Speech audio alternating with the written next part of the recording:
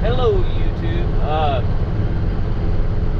I know I was really focusing on making consistency and making videos, and then of course the whole Santa Clara, Santa Cruz thing happened where we took off and went down there for 3 or 4 days. And we were kind of on a time crunch down there and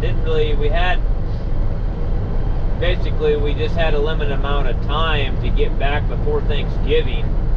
So we were trying to get everything done that they had a list for, and we actually did pretty good down there. We got more than what they expected to get done. We got everything done pretty much, and more. So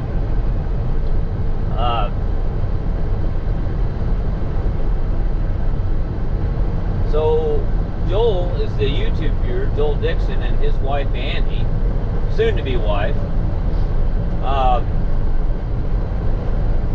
I've been talking to Joel for probably 2 or 3 years now, back and forth. He bought a place up in Montana.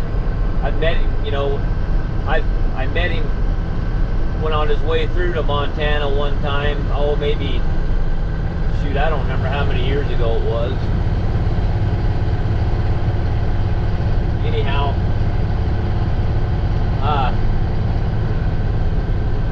so I went down there, and his property down there, I've never been in that area before.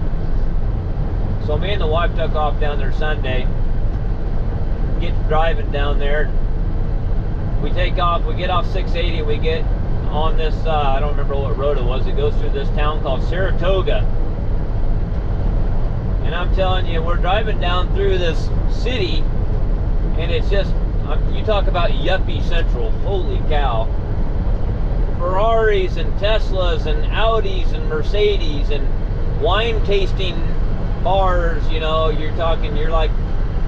right in the middle of Shitville. And so first thought that ran through my mind is like, man, Joel, what'd you get me into here, man? This ain't my crowd here. Anyway, you get on up into the mountains, and he has an old ranch up there. It's been there for years. And the old guy he bought the place from, he's been there since the Last Supper. He's 81 years old, and he still works every day. His name was Bob. He had the Case backhoe, 580 Super M. What had hydraulic problems. Well, long story short, that oil was contaminated with water, and then it took out the pump, the main pump that runs off the front of the crank. So we diagnosed that for him. We dumped the oil in the tank, changed the filters, put fresh oil in it. We put a new hydraulic pump in it, which when we had the pump off, I said I really recommend putting a new pump coupler. That pump just got a spline shaft sticking out of it, and it goes into a female spline that bolts to the front of the crankshaft. Well, there's an adapter that bolts to the front of the crank that bolts the coupler to. Well, they changed the couplers and updated it, so the bolt pattern didn't line up anymore. And you had to buy a different adapter as well. And then his fan belt, serpentine belt, only had about 3 ribs left on it. I think it's a 7-rib belt, so we put a new belt on there while we were at it, which I had to pull the skid plate off the bottom and then pull the front drive line, then get a jack and a block of wood underneath the oil pan and support the engine, because you have to pull the front mount. Let's see, you don't have to pull the front mount, but I pulled the front mount with the anticipation that they would have the mounts, or the hopes that they would have the mounts, which they did not have, the front motor mounts. So that's the only thing we should have changed that we didn't, because they didn't have them, and we didn't have the time to wait till the next coming week for the parts. So we put a belt, pump coupler adapter on there. We blew the radiator, was all plugged up with dirt. We blew and cleaned that out really good. Changed the oil on the hydraulics. Changed the air cleaners. We dumped the oil in the transmission. Pulled the suction strainer. That looked really good. We changed the oil in the transmission, changed the transmission filter. This one had the Carrero shuttle shaft transmission in it. Shuttle speed, shuttle shift, not shuttle shaft, shuttle shift transmission. And then Bob had a Dresser 125 track loader that the clamshell cylinders were leaking on. We resealed both of those cylinders. And then Joel, he had a can't remember the name, starts with a Z, equipment trailer that he was pretty much restoring. Hold on, I got a cop behind me. I thought it was a cop, it wasn't. Anyway, I'm holding the camera up with one hand. I don't want the cop to think I'm talking on the phone. I'm holding it up and I'm driving down the road. Probably get a ticket for not using something hands-free or some damn thing. Some other nanny state bullshit where they can collect some more revenue on the guise of safety. Anyway,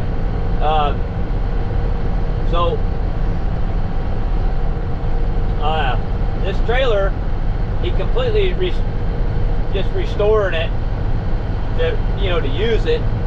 So he had it pretty much stripped down to the frame. He's redecking it. He's had the axle stripped clear down to the spindles. So we redid all the brakes, the drums. They had inboard drums on it. The bearings and stuff looked really good. The races looked good in it, so we reused those. Put all new spring kits and hardware on the brakes, new brakes. S-cams actually were in really good shape too. The S-cam bushings. So we put new seals in there, put the drums back on there for him. Welded up some little minute cracks in the tongue on it and in the frame. And then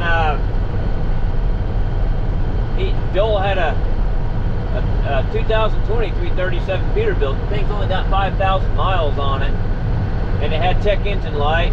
Kind of sounded to me like his Peterbilt dealer over there in that area was not wanting to take care of things and do things right. I mean, that truck should have been warranted. You know, that should have been taken care of. So check engine light was a circuit code for the coolant level sensor. I said, go get a coolant level sensor. So we put a vacuum on his coolant level system and we just pulled the sensor out of the tank, and I think we might have lost 2 drops of water. Stuck the new one in there, cleared the code with Cummins Insight, and then that one there, when it came from the factory, they had the low idle shutdown, or the idle shutdown program for like 3 minutes, you know. So he said, can you get rid of that? So I got in there with the Insight and got rid of the idle shutdown and then features and parameters. And then when he hooked up to a trailer, and applied brakes to the trailer with the foot valve, air started blowing out the exhaust on the tractor protection valve underneath the cab. I said, let's just change it while we're here. And so we fixed that for him too. So there was a few things that he didn't really expect to get done while we were there, and I know I'm missing some things, but we got a lot done in a couple days that we were there. And the other thing that was great was that Joel and his wife put us up in their house in one of their spare bedrooms. Very nice accommodations, very nice house, and Joel's a contractor. He built the house himself, and it's pretty nice house, man. Up on top of a mountain overlooking the valley. It's pretty cool. And then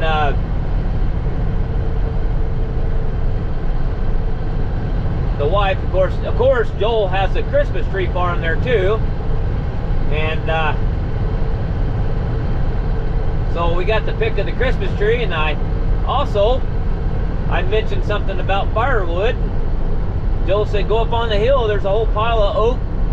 There was a whole pile of already cut and split oak firewood sitting up there. So we loaded up about a cord of oak firewood, took it back with us. So So anyway, thought I'd just tell you. Then we came back Wednesday, got back Wednesday afternoon, and of course Thursday morning we had Eli there at the house, and Eli wanted to ride his motorcycle that he gets to come. He comes and visits us. So I went out there, and the darn thing didn't want to run.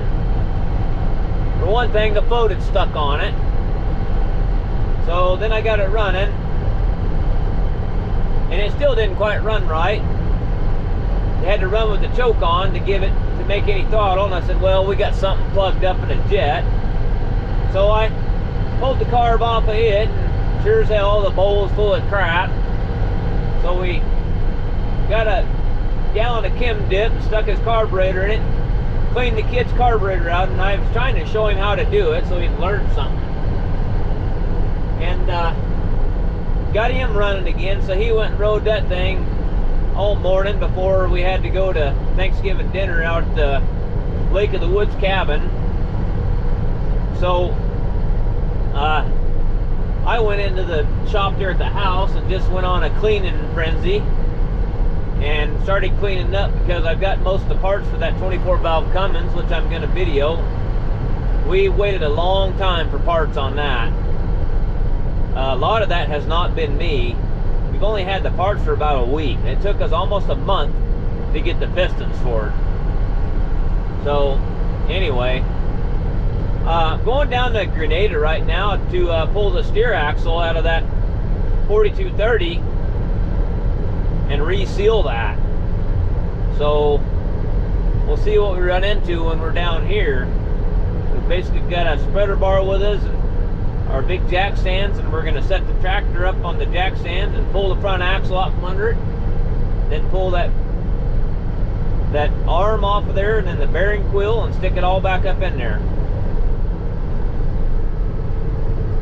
So I got the return check valve for the steering metering pump as well. So anyhow, that's what we're going to do. I'll probably be back with you guys when we get down here to Grenada. Okay. Here's our... I'm trying to do this a simpler way. We'll see how it works out.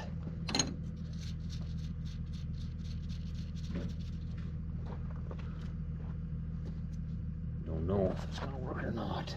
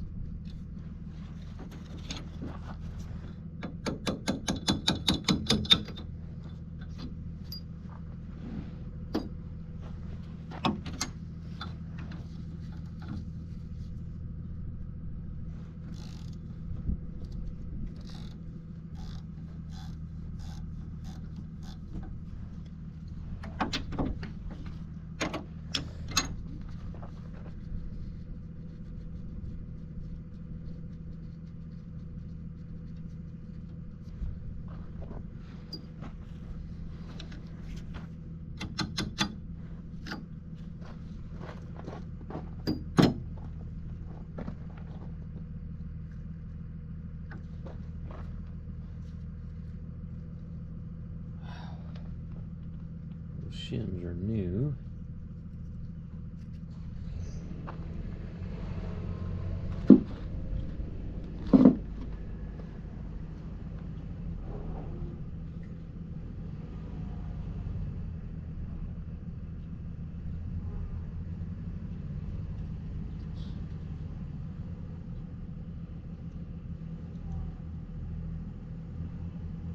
Okay, so those are okay. All right.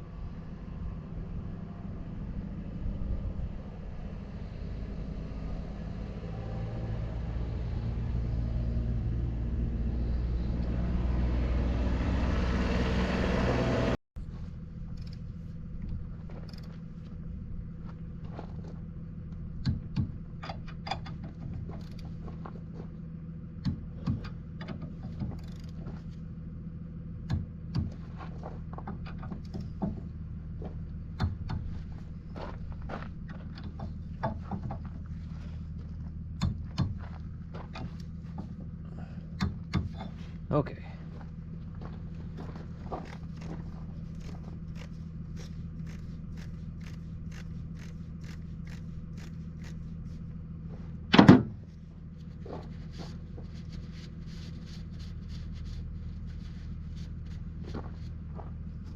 Okay.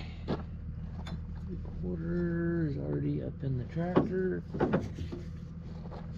So hopefully I had my head on straight and put that back together correctly. I did. Okay. Alright folks, so we got the front axle out from under it. Trick to these things is don't let this pinion shaft fall out of there. That's why I got a jack there, and then I undo the 4 bolts and I slide it down, then I hold it and take my jack out and pull the bearing retainer out of the way. You can see what they did to the seal here. That I did not do that. That dropped straight down higher. Look at that seal. So we gotta clean this up and get this seal out of here. Hopefully the seal I got is correct. Should be. Yeah, a new seal and a new O-ring. Boy, somebody sure did screw that seal up putting that in there.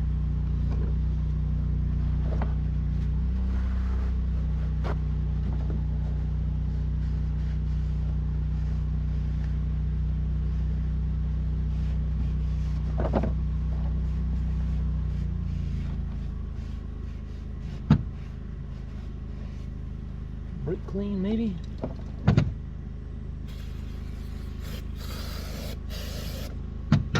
A lot easier on a 2-wheel drive tractor too than a 4-wheel drive. Everything's lighter. This stuff here is pretty much the same setup as a 4-wheel drive. This part here. Okay, let's beat that seal out of there. Let's put this on the vise.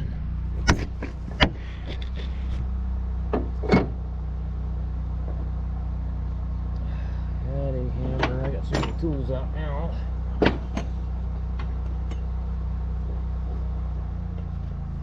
I don't even know how you do that.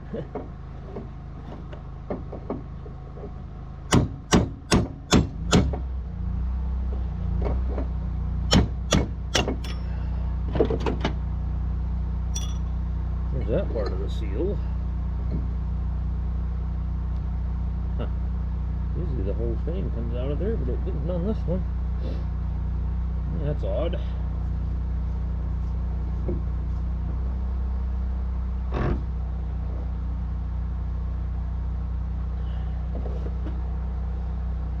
You know,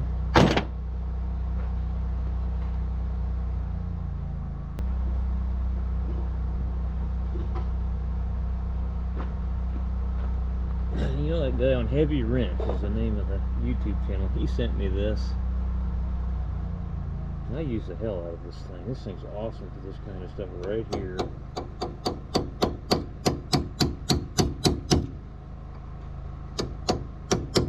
Don't know if that's what it's supposed to be for, but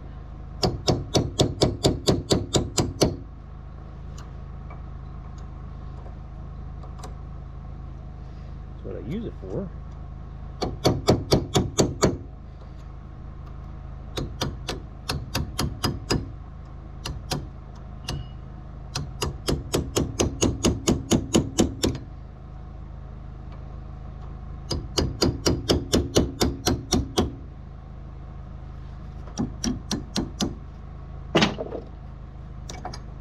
Thought I was going to get her there.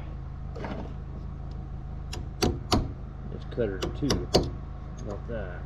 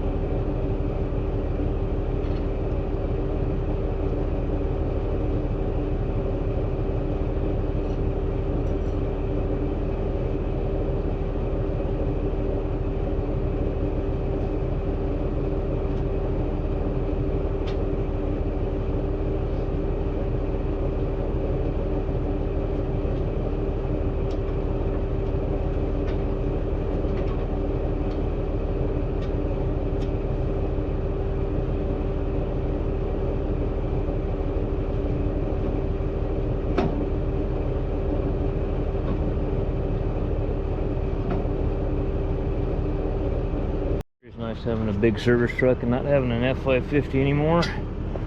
You just pick the whole front end up off the ground and move it out of the way. Now we get the jack stand up under it.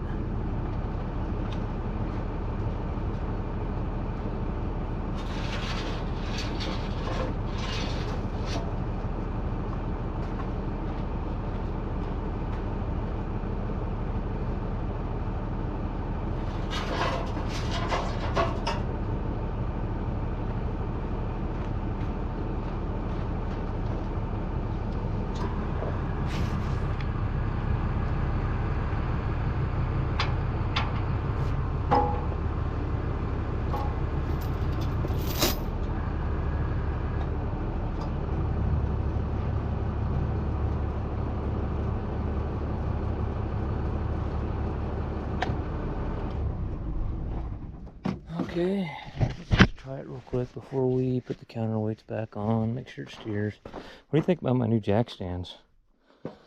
Got 4 of them, 500 bucks a piece, $2 grand for those. Man, they are worth every penny. They are nice.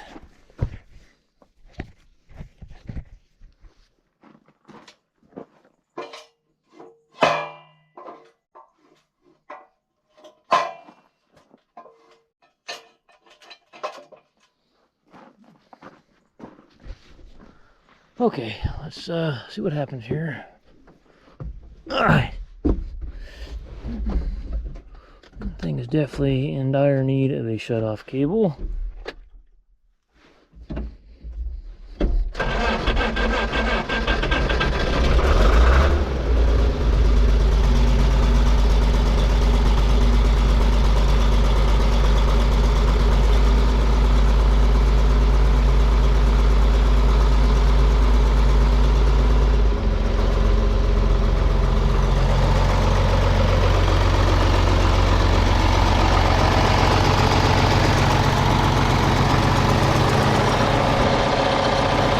She's not leaking.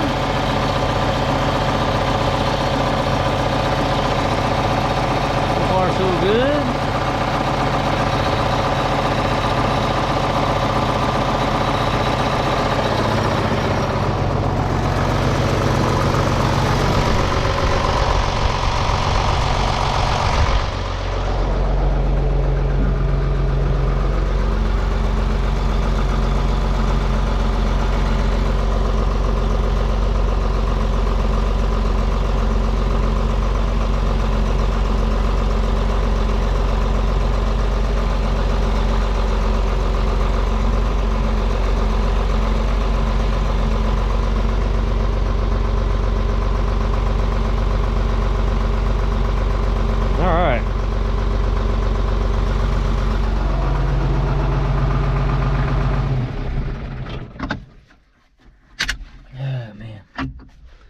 The shutoff cable is less than to be desired.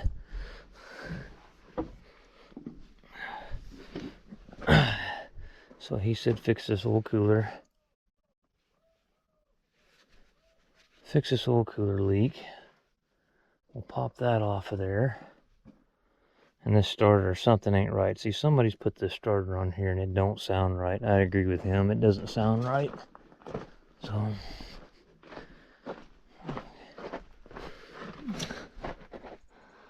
well, guys, she steers. We got the leak fixed. I gotta bend my cotter pins over, and I gotta put a cotter pin in this front bolt. And that'll probably be the end of this video, guys. It's getting probably to be a pretty long video, but I'm just gonna, before it gets dark, I'm gonna pop this starter out of there. Well, I'm gonna pop this oil cooler off, and I probably got the O-rings for this. I might have to use some anaerobic sealer to mount the, I'll have to drain the antifreeze out of it. But anyway, I better keep going.